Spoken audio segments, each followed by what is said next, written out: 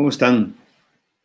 Soy Luis Alberto Cordero y los saludo con mucho afecto desde San José, Costa Rica.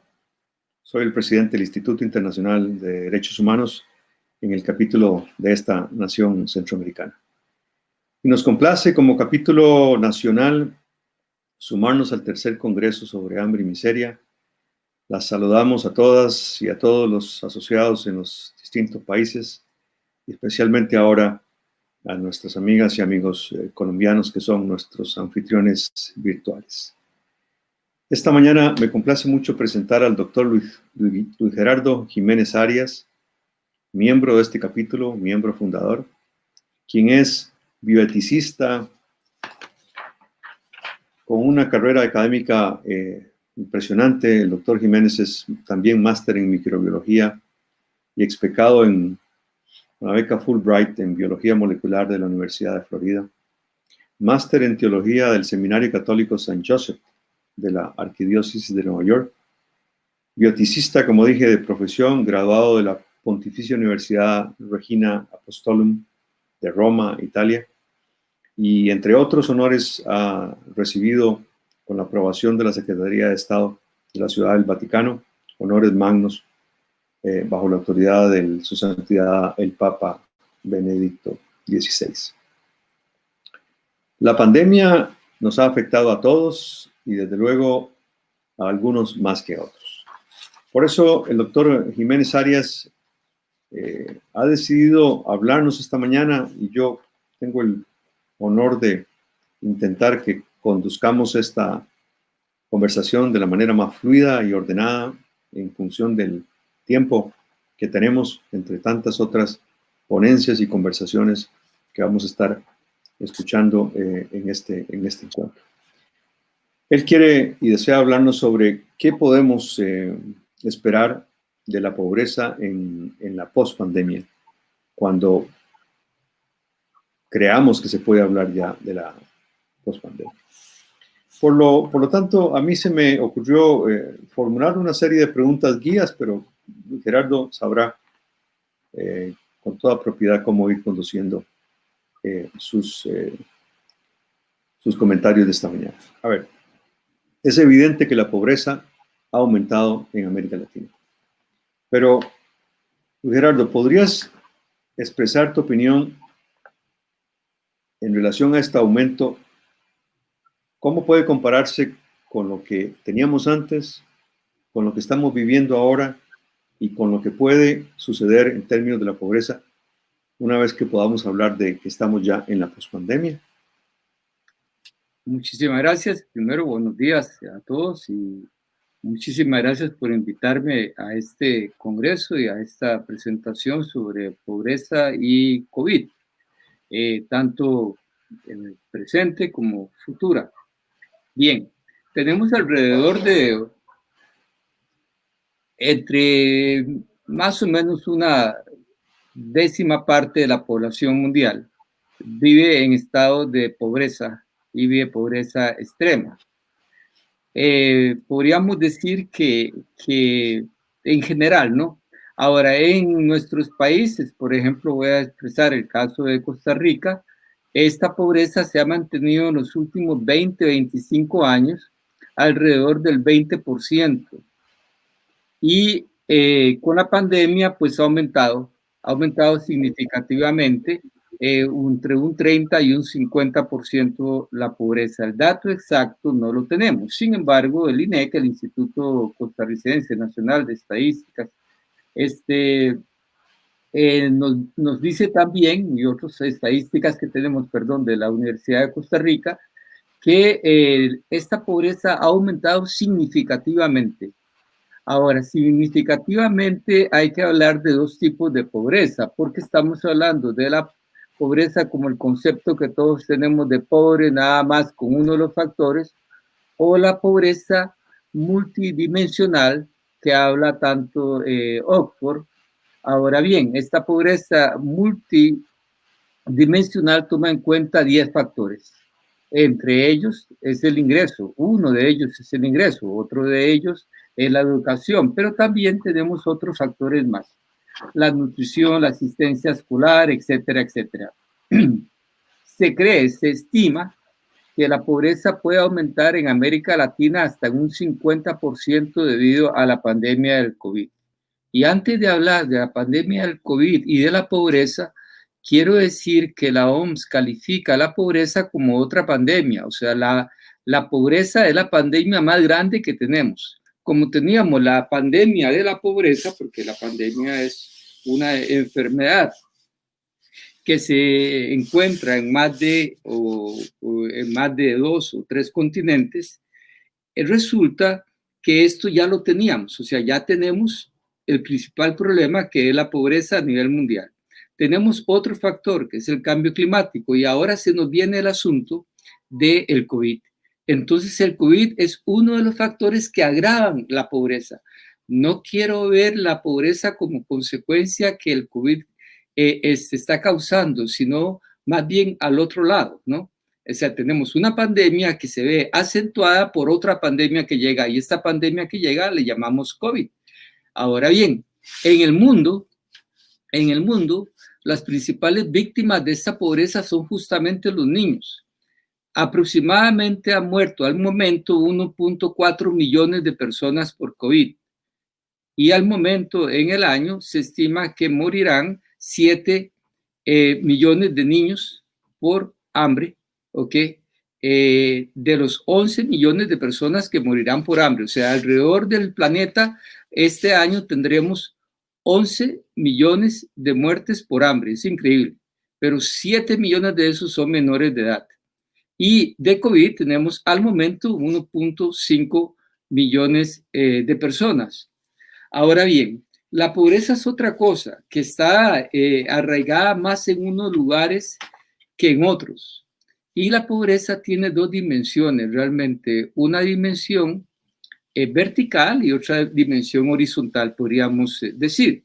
Pero dentro de estas dimensiones hay que notar que lo que también observamos con la pobreza, especialmente en América Latina y muy acentuadamente en Costa Rica, lo dice la OCDE, es que se ha creado la brecha entre ricos y pobres, ha aumentado, ¿okay? Y esto acentúa más el problema de la pobreza, porque no solamente ahora tenemos los pobres 20%, sino que tenemos una diferencia más grande entre ricos y pobres.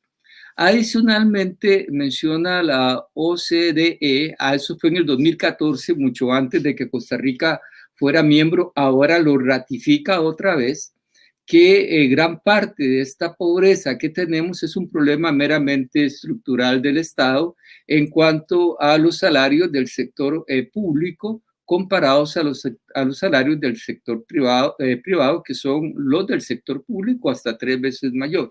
Eso es uno de los factores. Otro de los factores es la ineficiente inversión en la educación.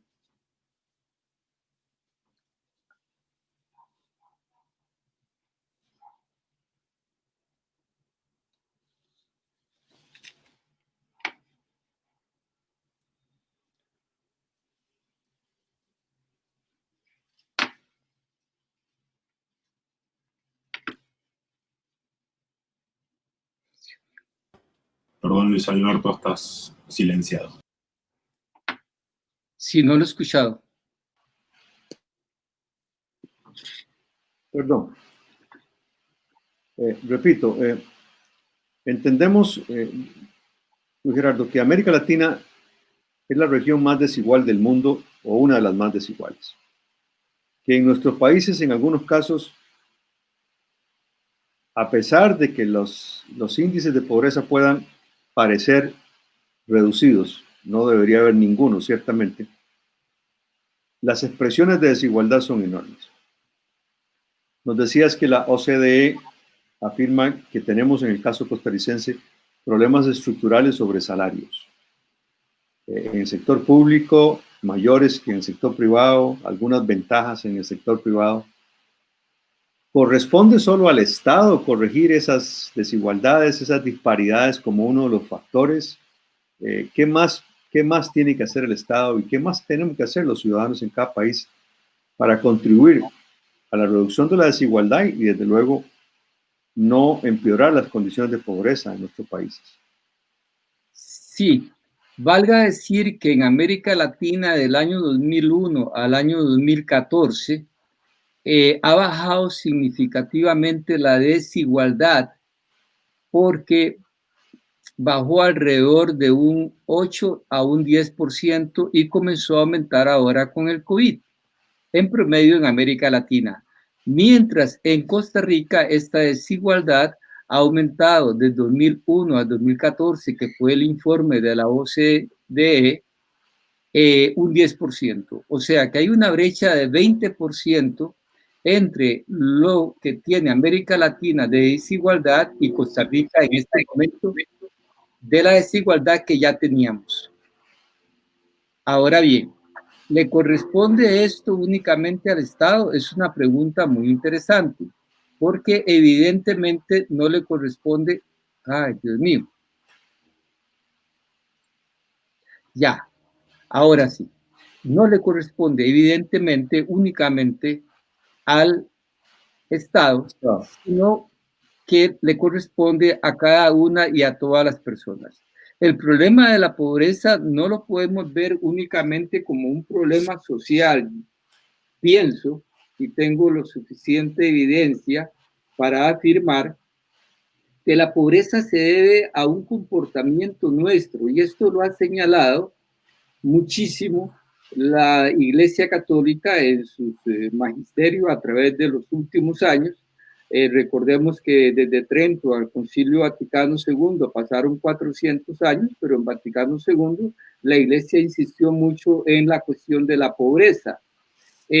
Resulta que el Vaticano insiste mucho en el asunto de la pobreza porque realmente notamos,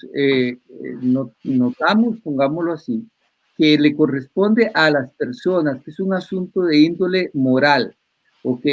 Ahora, yo puedo afirmar, sin temor a equivocarme, que la pobreza es una cuestión también de dos dimensiones, la dimensión meramente del Estado, de la sociedad, y la otra del individuo.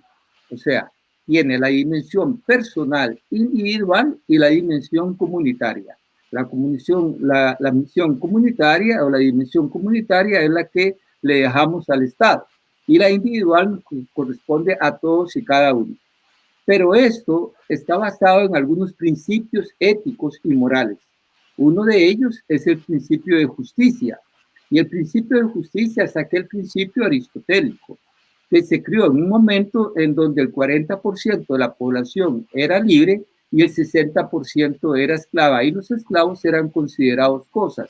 Pero entre los libres, el principio de justicia era, y sigue siendo, darle a cada cual lo que a cada cual le pertenece. Ahora bien, a cada cual, a un Estado, nos pertenece a todos y a cada uno ciertos derechos. Esos derechos les llamamos, pues, derechos humanos, ¿sí? Y esos derechos están regulados internacionalmente. Es obligación de los Estados no solamente ayudar al pobre, sino identificar a dónde están los focos de pobreza y asistir a la gente en pobreza, con muchísimo más razón en tiempos de COVID. La dimensión personal es que nos corresponde a cada uno hacer por el prójimo, por el que está a la par, por este y por el otro, lo que cada uno podamos. Eso implica que la dimensión personal, yo debo es tratar a mis empleados con un salario justo, por ejemplo.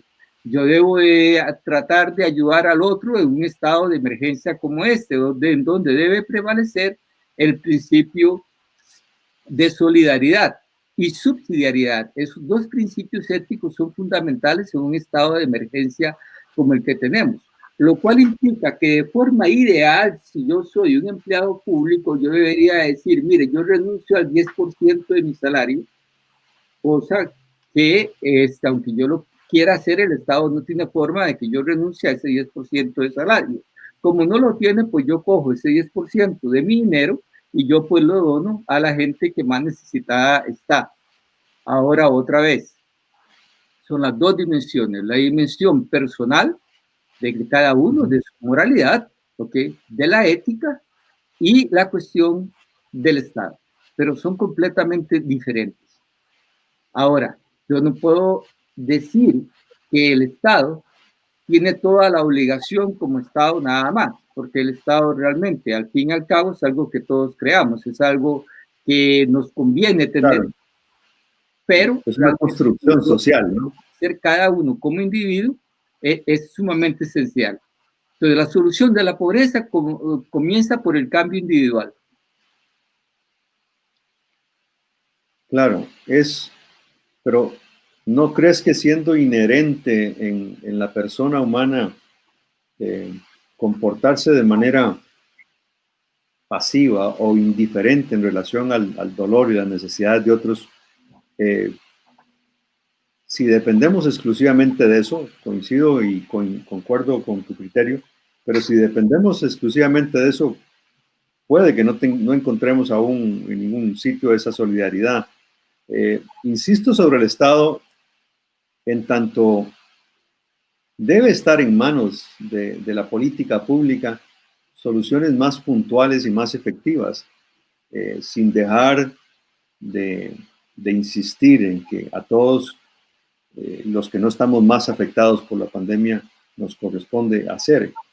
¿Qué más podría hacer el Estado? Es decir, ¿qué más le corresponde mediante la exposición y la defensa de otras herramientas?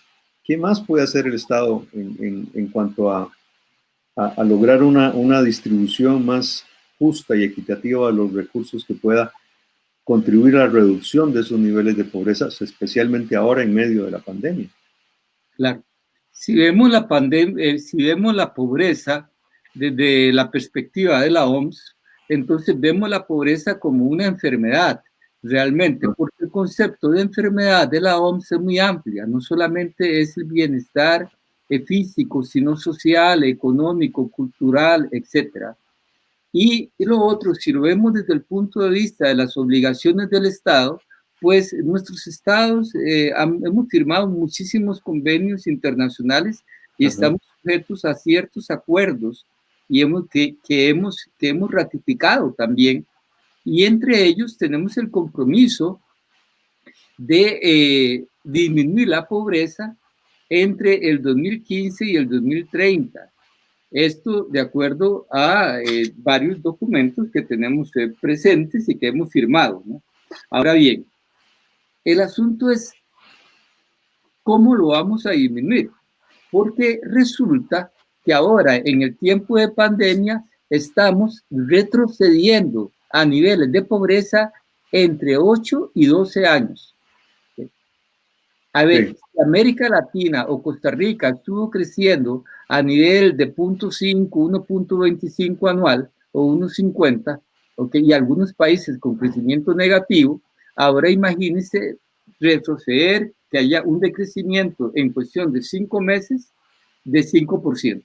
¿Okay? Ahora, el problema no es en este momento, porque en este momento el Estado, si bien es cierto, algunos estados han ayudado a la gente a que tenga alimento, pues resulta que el parámetro para medir la pobreza multidimensional son 10 parámetros, no nada más la alimentación.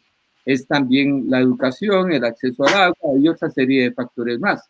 Ahora bien, decirle en tiempos de pandemia a la gente que nos quedemos en nuestras casas, que esto y que lo otro, el Estado debe de velar por el trabajo y el ingreso de todas estas personas. Yo les pongo aquí en el caso de Costa Rica, 10,000 niños abandonaron las escuelas y colegios porque sencillamente no tenían internet, ¿no? Entonces, eso es una cuestión puntual, nada más. Una cuestión donde el Estado puede buscar cuál es el problema y resolverlo. Que aquí tengo 10 niños que se me están yendo. Recuerde que lo que decía Bill Gates, que un país educado nunca va a ser un país pobre. Entonces tenemos que vigilar tanto el estómago como la cabecita. Entonces tenemos que vigilar tanto la nutrición de la gente como la educación de los niños. Porque vamos a tener para peores un rezago en la educación. Ya se está hablando de esta generación que se puede perder 1 o 2 años de nivel escolar o pueden disertar de escuelas, colegios y universidades. Y eso hay que cuidarlo mucho. Porque esto, si algo dice la OCDE de Costa Rica, bueno, son dos cosas. Uno, la educación, que a pesar de ser deficiente, es buena con respecto a los demás, y la salud de Costa Rica al menos. Pero en estas dos dimensiones, salud y educación, hay que cuidarlo sumamente, porque si no, vamos a causar más pobreza. Sí, desde luego. Y en el caso de esta franja geográfica que es Centroamérica, y lo menciono un poquito para compartir con los hermanos latinoamericanos una condición particular que tenemos en América Central, es decir, que muchas veces invisibilizada por los vecinos tan importantes del norte, ¿no?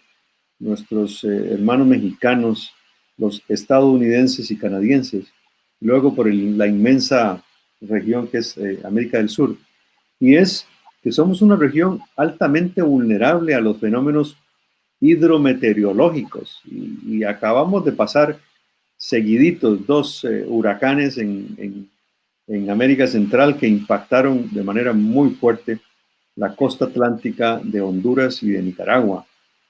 En el caso de Nicaragua, dichosamente menos poblada. Y esa recurrencia de fenómenos hidrometeorológicos, sumada a las deficiencias estructurales en estos países, en todos nuestros países, van a ser cada vez, los efectos de esos fenómenos van a ser cada día más fuertes, porque las personas, a falta de otras posibilidades, construyen viviendas o soluciones habitacionales, porque a veces son solo eso, no viviendas realmente, en las márgenes de los ríos, muy cerca de las costas, en zonas montañosas muy propensas a los deslaves por las lluvias, sobre las lluvias ordinarias y las lluvias que traen los huracanes. Y además en un Caribe, en un mar Caribe, que es costa atlántica, pero en realidad es nuestro mar Caribe, con aguas que se están calentando de manera consistente, como en otras partes del mundo, que a su vez los científicos dicen que van a contribuir a que los siguientes fenómenos atmosféricos, porque eso no se va a acabar, los efectos no solo van a quedarse en las costas, sino que van a empezar a entrar al centro de los territorios centroamericanos. Por supuesto, eso afecta directamente las situaciones de pobreza y desigualdad y coloca a esas poblaciones en condiciones aún mucho más complicadas. De nuevo, contra los fenómenos meteorológicos no podemos hacer mucho, pero sí intentar recurrir a los mecanismos de mitigación del cambio climático y el calentamiento global. Pero es un factor que incide en nuestro caso particularmente, como en otras partes del mundo. Pero bien, además, desde el punto de vista tuyo, Gerardo, como bioeticista, has hecho algunos abordajes ya sobre esto, pero creo que, dada tu experiencia y tus conocimientos, conviene compartirlos en esta ocasión feliz que tenemos durante el tercer congreso. ¿Cuáles principios, valores o virtudes, insistamos en eso, nuestras sociedades deberían defender, incorporar en su vida, como absorber, y que sea una contribución efectiva en la disminución de los efectos de la pobreza, de los efectos de la pandemia en la pobreza? Hiciste referencia a eso antes, pero me parece que es muy importante destacarlos desde un bioeticista con tu experiencia. Claro. Vamos a enfocarlo desde dos puntos de vista, desde el punto de vista de principios y desde el punto de vista de las virtudes, porque cualquier punto de partida de la ética debe de tomar en consideración, de la bioética específicamente, debe tomar en consideración la cuestión de índole biológica. Usted bien mencionó un principio ahorita, que es el principio de vulnerabilidad. Este principio de vulnerabilidad y el principio de dignidad de la persona humana. Resulta que vamos a comenzar por lo que usted mencionó, vamos a tomar ese punto de partida, que es el cambio climático. Cada vez vamos a tener más hacia el sur huracanes y fenómenos meteorológicos debido al calentamiento de los mares. Eso todo el mundo lo sabe, yo creo, lo tenemos claro. que estamos frente a un problema global del cambio climático y que muchas islas, especialmente en el Pacífico, están desapareciendo, muchas zonas costeras, que es donde vive la mayor parte de la población del mundo, okay, y en América Latina no somos la excepción, vivimos muchísimas personas cerca de los mares, tenemos estos problemas serios, ¿no? Como mencioné anteriormente, el primer problema de pandemia es la pobreza, después tenemos el problema del cambio meteorológico y ahora se nos viene el COVID encima. Entonces uno dice, bueno, ¿cuáles principios debo de tomar? Como principio, el primero se llama el principio precautorio, porque el hombre por naturaleza somos egoístas y parte del problema de la pobreza es nuestro egoísmo, es que no nos desprendemos de las cosas ni el tiempo para cederlo a los demás, sino que pensamos en yo, sin pensar en el bien común, ¿no? Ante un mundo que se ha globalizado, todavía es más necesario pensar en esos principios y replantearse esos principios. Si hablamos del principio de la dignidad de la persona humana, pues debemos de enfocarnos en ese principio. A ver, todos los hombres, sencillamente porque somos parte de nuestra especie, somos dignos, nacemos libres y tenemos derecho a la vida y a una dignidad intrínseca, o sea, propia de nosotros mismos, porque la evolución de nuestro pensamiento nos ha llevado a que esta historia de la dignidad pasa de ser una cosa meramente de índole teológica a ser una cosa meramente de índole racional, con Kant, donde vemos que cada hombre es un fin en él mismo. Entonces, si yo soy un fin en mí mismo y el que está allá es un fin en él mismo, yo nunca debo ver al pobre como una persona inferior. No, es que somos iguales, ¿ok? Igual que no debo discriminar a nadie por el color de la raza, ni debo discriminar a nadie por su preferencia sexual, tampoco debo discriminar a alguien por su nivel de educación o por su pobreza. Y desgraciadamente en nuestra cultura nosotros discriminamos al pobre, hasta lo volvemos a ver de una forma diferente. Pensamos que ser pobre es ser indigno, ¿sí? Es interesante porque en la tradición de los judíos, la cultura judía cristiana, al principio veía la pobreza, y la ve todavía, los judíos ven la pobreza como algo malo, ¿okay? Como algo que realmente no debería de haber, porque lo ven como consecuencia de nuestros mismos actos, ¿okay? Y lo cual tienen toda la razón, porque la pobreza es la consecuencia de nuestros actos, porque no somos lo suficientemente solidarios con los demás. Ahí viene el tercer principio, el principio de solidaridad, que también lo mencioné anteriormente. El otro principio que mencioné es el de vulnerabilidad y que usted mencionó también. El pobre de por sí está en estado de vulnerabilidad. ¿En qué clase de vulnerabilidad? De todo tipo. Un niñito que usted tenga y que no vaya a la escuela, pues lo hace más propenso a que luego sea un delincuente. No es que todos los niños pobres van a ser delincuentes, pero, ok, si yo tengo a unos niños en un estado completo de marginación, yo los estoy empujando a ellos hacia una informalidad, hacia cierto sistema de valores diferentes, ¿ok? Por lo tanto, yo debo de procurar educar a este niño, levantar a este niño para sacarlo de la pobreza.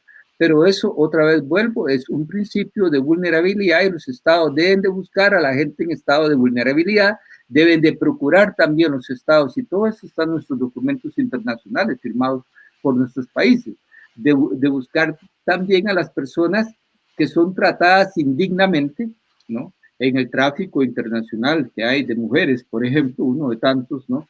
Formas de trato indigno de la persona, ¿okay? Y el principio que les hablaba anteriormente de solidaridad con los más indefensos. Pero yo creo que todos estos principios los podemos resumir en un solo principio, y es el principio que yo llamo de humanidad. Nosotros tenemos que volver a ser humanos, porque nos hemos desligado mucho, nos hemos desatendido mucho y hemos instrumentalizado no solamente a la persona, sino hemos instrumentalizado la pobreza. Resulta que la pobreza yo la puedo crear pobres en un país para darles comida después y para luego tener los votos de estas personas, ¿no? O sea, yo los puedo crear dependientes para que sigan votando por mí. Eso es una instrumentalización clara de la pobreza que ha sido señalada varias veces. Entonces, el principio, si usted me pregunta cuál es el principal de todos esos principios éticos, es el principio de humanidad. ¿Okay? ¿Qué quiere decir ese principio? Mire, tenemos que volver a ser más humanos, tenemos que volver a la ética de las virtudes, en donde las virtudes como el amor, la caridad, la compasión, etcétera, etcétera, prevalezcan sobre nuestros derechos. Claro, excelente. Una reflexión final, doctor Jiménez, porque tenemos un límite de tiempo, como estamos claros. Y tiene que ver, a propósito de lo que acabas de mencionar sobre el principio de humanidad como piedra fundamental. En meses después de casi un año completo pronto del arranque de esta epidemia sanitaria, esta emergencia sanitaria que nos tiene tan abrumados, y existiendo todavía posiciones negacionistas sobre los efectos de la COVID, y lo voy a decir con los nombres de los países y sus gobiernos, porque no son las naciones enteras o la gente y la población en esos países, sino fundamentalmente sus gobiernos. Y es el caso del dichosamente de salida gobierno del presidente Trump en los Estados Unidos. En el caso centroamericano, inicialmente del gobierno de Ortega en Nicaragua. Estamos hablando, perdón, me brinqué antes a México, inicialmente, y todavía con la misma tosudez con que lo hace Trump, está el presidente Bolsonaro en Brasil. Esa negación, intentando hacernos creer, y a otros, y muchos lo creen, de que la COVID no existe y es una conspiración de diferentes orígenes, desde la ética, un mensaje para todas y todos nosotros desde la bioética, y a propósito del principio de humanidad. ¿Qué es lo que tenemos que hacer? Parece obvio, pero ¿qué es lo que tenemos que hacer para contribuir cada uno de nosotros a evitar una propagación mayor de la pandemia? Bien, aquí es interesante porque lo primero es, sí, los negacionistas, ¿no? Que le hicieron un gran daño realmente a la ciencia. Lo más triste es ver a algunos profesionales, ¿no? De la salud misma, erróneamente, pues concibiendo otra cuestión acerca del virus, ¿verdad? Totalmente fuera de los lineamientos científicos. Yo creo que la evolución de la ciencia, de la filosofía de la ciencia, se basa en hechos, ¿no? La ciencia no busca verdades, busca nada más hechos. Y la evidencia, cuando algo es evidente, no necesita comprobación tampoco. ¿Okay? ¿Por qué? Porque ahí lo tenemos. O sea, ahí tenemos el virus, tenemos eso, tenemos lo otro. Lo que sí es cierto es que hay muchas teorías conspirativas, entre ellas que el virus fue creado, por ejemplo, lo cual pues yo lo veo altísimamente improbable, ¿no? Yo creo que como esta pandemia habrán otras, esta no es la primera ni será la última de las pandemias, ¿no? Algo interesante es que estos países que justamente niegan, lo han hecho por razones económicas. O sea, han puesto la cuestión económica por encima de la cuestión de la salud. Entonces dicen, no, es que nosotros no podemos tal y tal cosa. Ha sido una cuestión meramente económica, sin importar nada si estas personas se mueren o no se mueren, se enferman o no se enferman. Esto ha sido terrible y ha sido muy desafortunado. Aquí en América también sucedió en Europa, ustedes lo vieron en un par de países europeos, que los gobiernos tomaron medidas demasiado tarde. Lo bueno, por otro lado, es que la comunidad científica se ha mantenido muy firme y en cuestión de meses ha podido desarrollar una vacuna, ¿no? Y esta vacuna pues ya está disponible. Lo que pasa es que esta vacuna también puede crear grandes diferencias entre los estados, ¿no? Entre el norte y el sur, entre los estados ricos, entre los países ricos y los países pobres. ¿Por qué? Porque, bueno, fueron los países ricos que pusieron la plata, ¿no? para la investigación y ahora exigen que se les dé a ellos la prioridad. Pero no solo la prioridad, sino es que los países pobres no la pueden pagar, ¿no? Un país que tiene un ingreso de $1.99, okay, por cada individuo, $1.98, que así vive más o menos 800 millones de personas en el mundo, con ese salario, okay, de $1.99, no van a poder pagar nunca una vacuna. Okay. Ahora bien, estas vacunas que tenemos actualmente en el mercado, pues salieron, la primera, ustedes oyeron, de Pfizer, ¿verdad? Esta está compuesta de, pongámoslo así, de ingeniería genética, para ponerlo de forma sencilla, de un RNA mensajero. Esta vacuna tiene una gran desventaja, hay que guardarla, almacenarla a temperaturas pero muy bajas. Esta temperatura muy bajas no la tienen la mayoría de esos países pobres, que para incluso nosotros no las tenemos, las podemos adquirir y podemos ponerlas en los hospitales, ¿no? Costa Rica creo que ya firmó para comprar algunas de estas vacunas de Pfizer. La otra vacuna es de Moderna, de AstraZeneca, pues basados con tecnologías diferentes, ¿no? Muy diferentes, los orígenes tecnológicos de cada una. De la vacuna de Oxford es totalmente diferente a aquellas vacunas de Moderna y de Pfizer. Sí. Podemos tener vacunas que se pueden almacenar a 3 grados en un refrigerador, que sería lo ideal. ¿Cuál problema tenemos? Que el precio de la vacuna varían entre $3 y $21. Y ahora resulta que quienes las van a obtener primero, obviamente los países desarrollados que pueden pagar. Pero bueno, tenemos que comenzar aquí, les dije otra vez, primero el principio precautorio. No podíamos correr por una vacuna que no sabemos qué es lo que va a pasar en el futuro. Necesitábamos hacer suficiente experimentación y llenar todas las etapas de la investigación, y aún así se piden permisos de emergencia de uso. ¿Okay? Y algunas de estas tecnologías, como la de Pfizer, nunca ha sido probada anteriormente. Eso no deja de tener un riesgo. Es mínimo, pero lo tiene porque no sabemos qué va a pasar luego.